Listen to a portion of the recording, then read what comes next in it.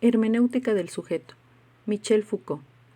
Cuidado de uno mismo y conocimiento de uno mismo. 6 de enero de 1982. Fragmento. ¿Bajo qué figura de pensamiento se ha dado cita en la antigüedad occidental el sujeto y la verdad? Existe un concepto central que permite abordar esta cuestión, el concepto de Epimeleia cura sui, que significa el cuidado de uno mismo. Esta cuestión del sujeto y del conocimiento del sujeto ha sido planteada hasta la actualidad de otra forma, bajo la fórmula del oráculo de Delfos: conócete a ti mismo. Pero, en realidad, esta fórmula de conócete a ti mismo va acompañada siempre, por otra parte, de otra exigencia: ocúpate de ti mismo. Entre estos dos preceptos existe una relación de subordinación, ya que el conocimiento de uno mismo es únicamente un caso particular de la preocupación por uno mismo, una de sus aplicaciones concretas. La epimeleia es el principio filosófico que predomina en el modo de pensamiento griego, helenístico y romano. Sócrates encarna esta manera de filosofar cuando interpela a la gente de la calle o a los jóvenes del gimnasio y les dice: ¿te ocupas de ti mismo? Lo que implicaría abandonar otras prácticas más rentables, tales como hacer la guerra o administrar la ciudad. Ocuparse de uno mismo no constituye simplemente una condición necesaria para acceder a la vida filosófica, en el sentido estricto del término, sino que, como vamos a ver, como voy a intentar mostrar, este principio se ha convertido en términos generales en el principio básico de cualquier conducta racional, de cualquier forma de vida activa que aspira a estar regida por el principio de la racionalidad moral. El concepto de epimeleia continúa estando vivo hasta el advenimiento del cristianismo, momento en el que lo encontramos de nuevo en la espiritualidad alejandrina, en Filón y Plotino, en tanto que concepto de cuidado de sí, así como en la ascesis cristiana de Gregorio de Nisa, quien, en su Tratado de la Virginidad, señala que la preocupación por uno mismo comienza con el celibato, entendido como superación del matrimonio. Por otra parte, sería necesario distinguir en el concepto de epimeleia los aspectos siguientes. En primer lugar, nos encontramos con que el concepto equivale a una actitud general, a un determinado modo de enfrentarse al mundo, a un determinado modo de comportarse, de establecer relaciones con los otros. La epimeleia implica todo esto. Es una actitud en relación con uno mismo, con los otros y con el mundo.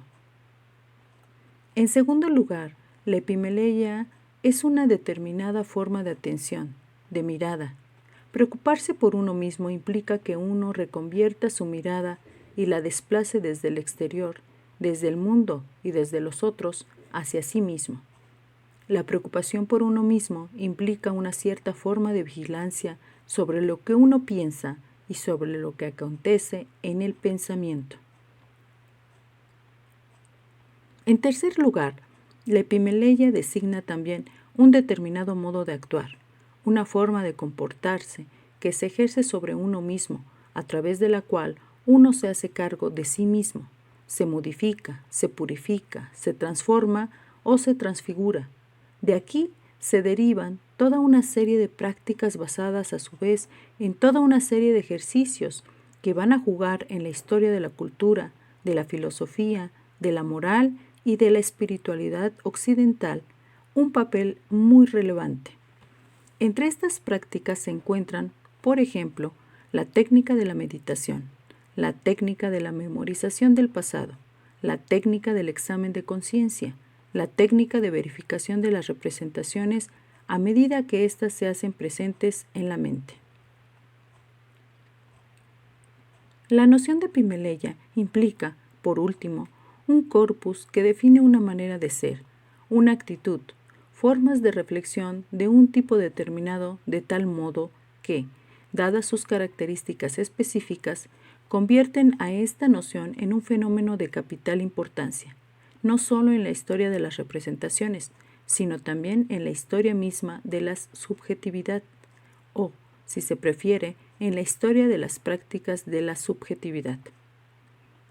¿Cuáles son las razones que explican el hecho de que la filosofía occidental haya privilegiado el conocimiento de uno mismo en vez de la preocupación de uno mismo? A mi juicio, se debe a que la epimeleia aparece como algo melancólico, algo cargado de connotaciones negativas, algo a lo que no se le confiere la suficiente capacidad de fundamentar una moral positiva para toda la sociedad. En la antigüedad, por el contrario, gozó siempre de una significación positiva, constituyó el origen de los sistemas morales más estrictos de Occidente. El cristianismo, que como toda religión que se precie no posee una moral propia, se nutrió de esta tradición. Nos encontramos así con la paradoja de que el precepto de la preocupación por uno mismo significa para nosotros más bien egoísmo o repliegue, mientras que, por el contrario, durante muchos siglos ha sido un principio matricial de morales extremadamente rigurosas, moral epicúrea, moral cínica, etc. Esta noción de la preocupación por uno mismo está en la actualidad un tanto perdida en la sombra.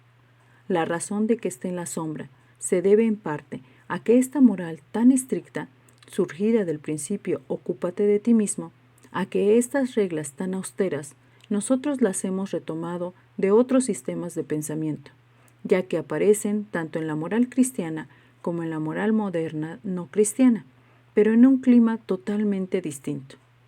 Estas reglas austeras que vamos a encontrar de nuevo en la estructura del código, nosotros las hemos reaclimatado, las hemos extrapolado, las hemos transferido, introduciéndolas en el interior de un contexto en el que domina la ética general del no egoísmo, ya sea bajo la forma cristiana de la obligación de renunciar a uno mismo, ya sea bajo la forma, digamos, moderna, de la obligación para con los otros, entendiendo por otros la colectividad, la clase, etc. En razón de esta paradoja, la preocupación por uno mismo se ha visto un tanto relegada.